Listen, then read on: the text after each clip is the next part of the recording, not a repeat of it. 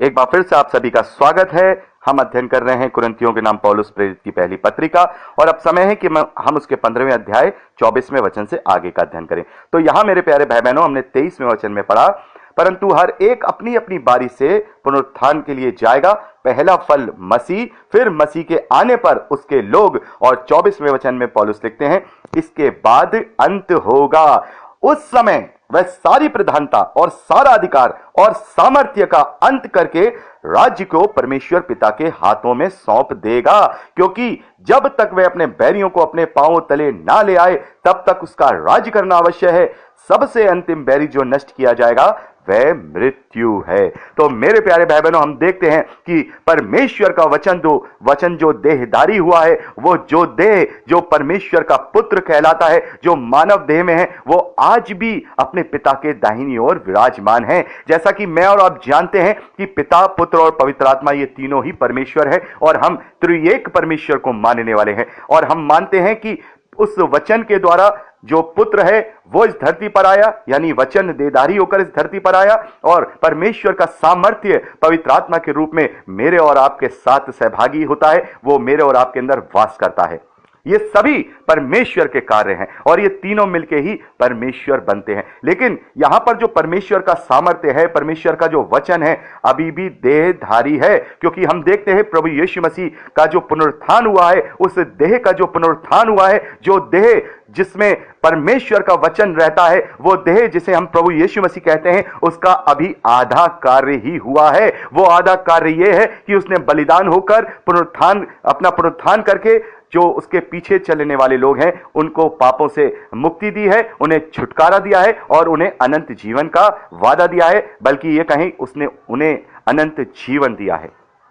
तो अभी तो उसने केवल बलिदान करके मनुष्य जाति को एक नई वाचा में बांधा अनंत जीवन की, अभी उसका आधा कार्य बाकी है। और इसीलिए हम देखते हैं प्रेरितों के कार्य में कि प्रभु यीशु मसीह अपने चेलों के देखते ही देखते बादलों में ओझल हो गया और वो आज भी पिता के दाहिनी ओर विराजमान है और वो जल्द अपना अधूरा काम पूरा करने शीघ्र, अति शीघ्र आने वाला है। और हम जानते हैं कि अब हम उस समय में जी रहे हैं कि कभी भी प्रभु यीशु मसीह का द्वितीय आगमन हो जाएगा। तो यहां पर जो उसका बाकी का काम है वो यहां पर लिखा है कि इसके बाद अंत होगा, उस समय वह सारी प्रधानता और सारा अधिकार और सामर्थ्य का अंत करके राज्य को परमेश्वर पिता के हाथों में सौंप देगा। यानी कि यहां जो उस शैतान बैरी की जो यहां पर प्रभुता इस धरती पर हो चुकी है, उस पूरी प्रभुता को वो खत्म कर देगा, जिसे हम प्रकाशित वाक्य में पढ़ते हैं। और जब हम प्रकाशित वाक्य का अध्ययन करेंगे तो इस बात को हम बहुत ही डिटेल के साथ वहां पढ़ेंगे कि कैसे अंत के दिनों में जो शैतान होगा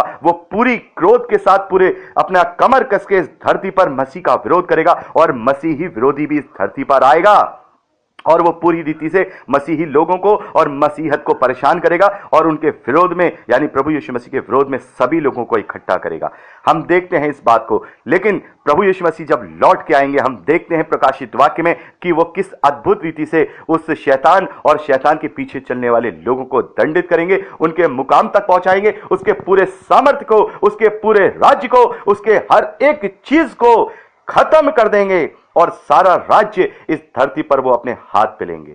और ये जो राज्य होगा, जिसे हम 1000 साल का राज्य कहते हैं, प्रकाशित वाक्य में पढ़ते हैं कि जब प्रभु यीशु मसीह लौट करके आएंगे, जब वो शैतान के ऊपर पूरी रीति से विजय प्राप्त कर लेंगे और उसे 1000 साल के लिए बंदी गृह में डाल दिया जाएगा और 1000 साल तक प्रभु यीशु मसीह अपने लोगों के साथ इस धरती पर राज्य करेंगे, क्योंकि प्रभु यीशु मसीह पूरी रीति से उस शैतान को प्रभु यीशु मसीह के, माफ कीजिएगा, परमेश्वर के अपने पिता के कदमों तले ले आएंगे। तो परमेश्वर का वचन जो देहधारी हुआ है, अभी उसका कार्य बाकी है, अभी उसका लौट के आना बाकी है, उसका भी रैप्चर किया जाना बाकी है, अभी उसको शैतान को उसके अंजाम तक पहुंचाना बाकी है, अभी पूरी रीति से मृत्यु को खत्म करना बाकी है और वो शीघ्र, अति शीघ्र अपने कार्यों को पूरा करने के लिए आने वाला है। ये मेरा विश्वास है, ये आपका विश्वास है। और जो अंतिम बैरी होगा, वो जो मृत्यु है, वो सबसे बाद में नष्ट की जाएगी। कब? जब वो 1000 साल का राज्य पूरा हो जाएगा, सारी प्रभुता पूरी हो जाएगी,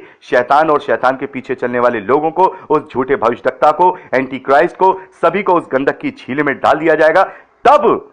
तब वो सारा जो अधिकार उसने यहां पर लिया था, जो सारा अधिकार उस देह को दिया गया था, मैं आपको बताना चाहता हूं कि भले ही वो मनुष्य की देह में है, वो वचन प्रभु यीशु मसीह के रूप में देह में है, लेकिन परमेश्वर ने अभी सारा अधिकार उस देह को दिया है। उस देह के द्वारा, प्रभु यीशु मसीह के द्वारा ही हमारा न्याय किया जाएगा। उस देह के द्वारा ही शैतान को उसके अंत तक पहुंचाया जाएगा और उस देह के द्वारा ही 1000 साल तक का राज्य भी किया जाएगा। जब ये सारी चीजें पूरी हो जाएंगी और कोई भी मनुष्य अब इस धरती पर बाकी नहीं रहेगा, बाकी सभी जो प्रभु के लोग होंगे वो उठा लिए जाएंगे, न्याय की प्रक्रिया हो जाएगी और शैतान को भी उसके अंजाम तक पहुंचा दिया जाएगा।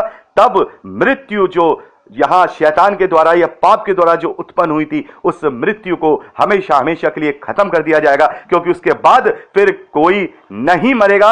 अनंत जीवन के लिए, हमेशा हमेशा के लिए परमेश्वर के साथ वो जीवित रहेगा। उसके साथ, उसके डेरे में, उस परमेश्वर का डेरा उनके बीच में होगा और वो हमेशा हमेशा उसकी सहभागिता में रहेंगे। तो यहां पर पौलुस कहते हैं कि सारी चीजें परमेश्वर के वो पांवों तले कर देगा।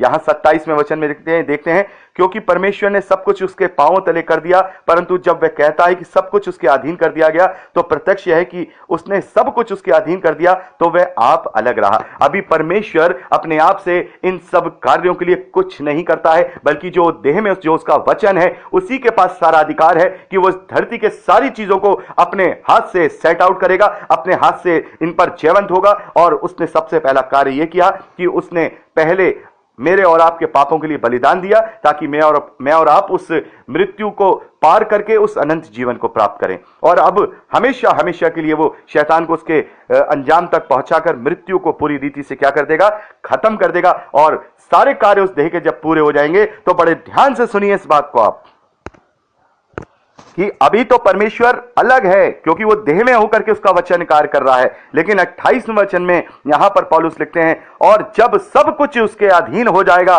यानी सारी चीजें जब उस देह के द्वारा परमेश्वर के अधीन हो जाएंगी, तो पुत्र आप भी उसके अधीन हो जाएगा, जिसने सब कुछ उसके अधीन कर दिया, ताकि सब में परमेश्वर ही सब कुछ हो। यानी कि जो वो देह है उसका कार्य खत्म हो जाएगा। तब वो आत्मिकता जो पिता और पुत्र और पवित्र आत्मा की है, जिन्हें हम त्रिएक परमेश्वर कहते हैं और पवित्र शास्त्र के अनुसार हम एक परमेश्वर को मानते हैं, वो फिर सब एक जगह होकर एक हो जाएंगे, ताकि सब में सब कुछ परमेश्वर ही हो। तो यहां पर बहुत सारे लोग इस बात को समझ नहीं पाते हैं कि पुत्र भी अपने आप को अधीन कर देगा और परमेश्वर के अधीन कर देगा। तो पुत्र तो खुद ही परमेश्वर है, तो वो कैसे अधीन कर देगा? जब पिता और पुत्र और पवित्र आत्मा तीनों ही परमेश्वर हैं और हम त्रिएक परमेश्वर को मानते हैं, तो फिर पुत्र पिता के अधीन कैसे कर देगा?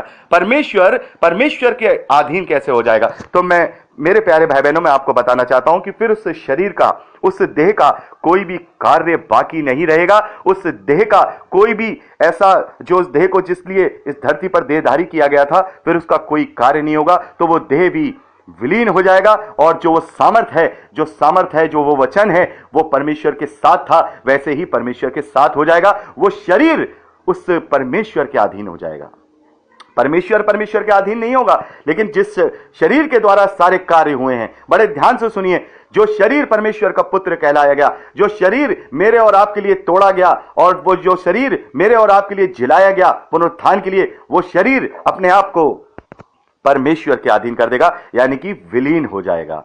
फिर उसका अब कोई कार्य बाकी नहीं है। जिस कार्य के लिए उस देह में वो वचन आया था, वो कार्य पूरा हुआ, ताकि सब में सब कुछ परमेश्वरी हो। और परमेश्वर जैसे वो एक था, जैसे वो आज भी एक है और वो हमेशा एक रहेगा, लेकिन उसने 3 तरीके से कार्य किया। त्रिएक परमेश्वर के रूप में उसने हमारे बीच में रहकर के कार्य किया। जब ये सारे कार्य पूरे हो जाएंगे, तो फिर सब में सब कुछ परमेश्वर ही हो जाएगा। ऐसा मेरा मानना नहीं है, बल्कि ये वचन हमें बताता है। ऐसा नहीं होगा कि 3 सोफे लगे होंगे, एक सोफे पे पुत्र बैठा होगा, एक सोफे पे परमेश्वर बैठा होगा, एक सोफे पे पवित्र आत्मा बैठा होगा। ऐसा कैरेक्टर परमेश्वर का त्रिएकता में हमें नहीं बताता है, बल्कि परमेश्वर का आत्मा, परमेश्वर का सामर्थ्य, परमेश्वर का वचन ही प्रभु यीशु मसीह के रूप में देहधारी हुआ है। और परमेश्वर का सामर्थ्य ही पवित्र आत्मा के रूप में मेरे और आपके बीच में रहता है।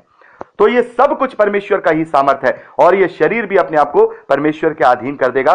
सारे कार्य जब से शरीर के पूरे हो जाएंगे, तो फिर सब में सब कुछ परमेश्वर ही कहलाया जाएगा। सब में सब कुछ परमेश्वर ही हो, इस बात को आप समझिए। यहां पे पौलुस ने साफ तौर पे कह दिया है कि जब सब कुछ परमेश्वर के अधीन हो जाएगा, तो जो पुत्र है, यानी कि जो वो देह है, आप भी उसके अधीन हो जाएगा, जिसने सब कुछ उसके अधीन कर दिया। ताकि सब में परमेश्वर ही सब कुछ हो। तो ये त्रिएकता का जो कॉन्सेप्ट है हमें ये समझना होगा। त्रिएकता का कॉन्सेप्ट, बहुत सारे लोग इस बात को क्लेम करते हैं कि ये, हम देखते हैं कि ये पुराने नियम में भी त्रिएकता का कॉन्सेप्ट है। उत्पत्ति की पुस्तक में हम देखते हैं परमेश्वर ने अपने आप को हम कहकर के संबोधित किया है, और हम देखते हैं आदि में वचन है, वचन परमेश्वर के साथ है।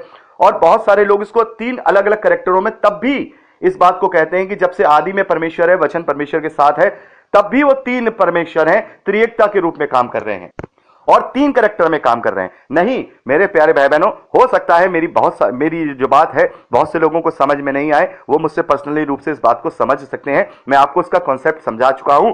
पवित्र शास्त्र में जब पढ़ते हैं, पुराने नियम में चाहे नए नियम में, तो हम देखते हैं परमेश्वर एक है।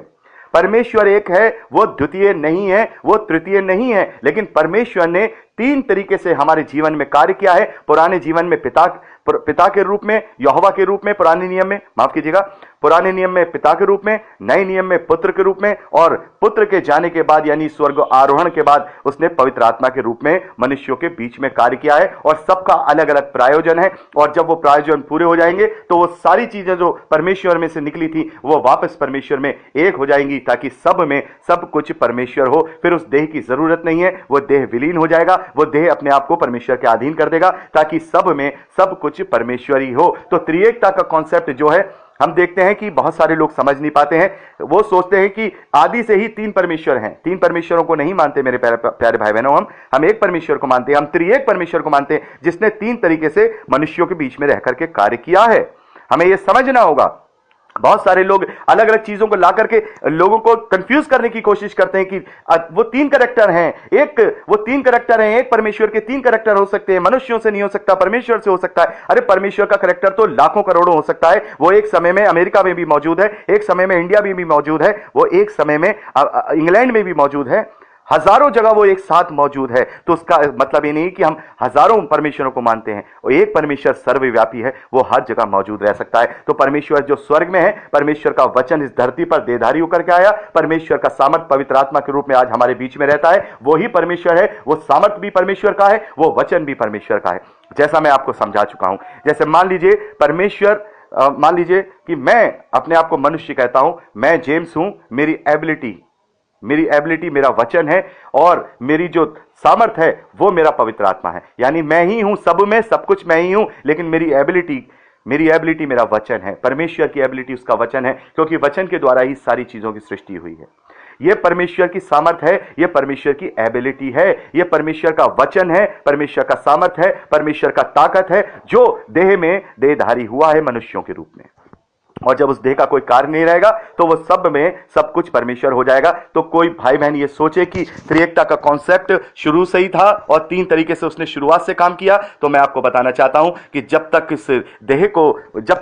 जो वचन है वो देहधारी नहीं हुआ, जब तक पुत्र जो है नहीं आया है। पुत्र तभी आया है जब वो वचन देहधारी हुआ है। उससे पहले कोई सोचे कि तीन लोग आपस में बैठ के मंत्रणा कर रहे हैं, तीन परमेश्वर हैं, तीनों के अलग अलग कैरेक्टर हैं, तीनों के अलग अलग सोच है, तो मेरे प्यारे भाई बहनों ये गलत सोच है, ये सोच सही नहीं है। क्योंकि जो तीन कैरेक्टर होते हैं वो अपने हिसाब से सोचते हैं, लेकिन जो परमेश्वर का सोच है वही प्रभु यीशु मसीह की सोच है, वही पवित्र आत्मा की सोच है। ये तीनों अलग नहीं है, बल्कि एक ही में से निकले हुए तीन चीजें हैं, इसलिए वो कभी अलग नहीं हो सकते। जो प्रभु यीशु मसीह कह रहे हैं इसका मतलब परमेश्वर कह रहे हैं, जो पवित्र आत्मा कह रहा है इसका मतलब परमेश्वर कह रहा है, क्योंकि वो तीनों ही परमेश्वर हैं। इसको समझने का आपको जरूरत है। त्रिएकता के कॉन्सेप्ट को आप लोगों को समझने की जरूरत है। बहुत से लोग इस बात को नहीं समझा पाते हैं और ज्यादा कंफ्यूज कर देते हैं। मैं आपको क्लियर कह रहा हूं, एक परमेश्वर जो हमेशा से आदि से परमेश्वर था, उसका जो सामर्थ है वो उसका वचन है, उसके द्वारा वो परमेश्वर है, और वो ही वचन देहधारी हुआ पुत्र के रूप में। उस देह को पुत्र कहा गया, और उस देह का जब कार्य पूरा हो जाएगा, इस 28वें वचन के अनुसार वो देह भी अपने आप को अधीन कर देगी, और जो सामर्थ उसमें से निकला है, जो सामर्थ उसमें से पवित्र आत्मा का रूप में आज हमारे पास मौजूद है, वो सामर्थ भी वापस उसमें है, और वो वचन भी वापस उसमें है जो कि देहधारी हुआ था, क्योंकि वो देह भी अपने आप को अधीन कर देगा। तो यहां पर पौलुस का कहना कि सब कुछ सब में परमेश्वर ही हो, ताकि पुत्र भी अपने आप को अधीन कर देगा। तो ये त्रिएकता का कॉन्सेप्ट जब तक ही है जब तक उसने अपने आप को इन तीन रूपों में हमारे लिए कार्य किया है।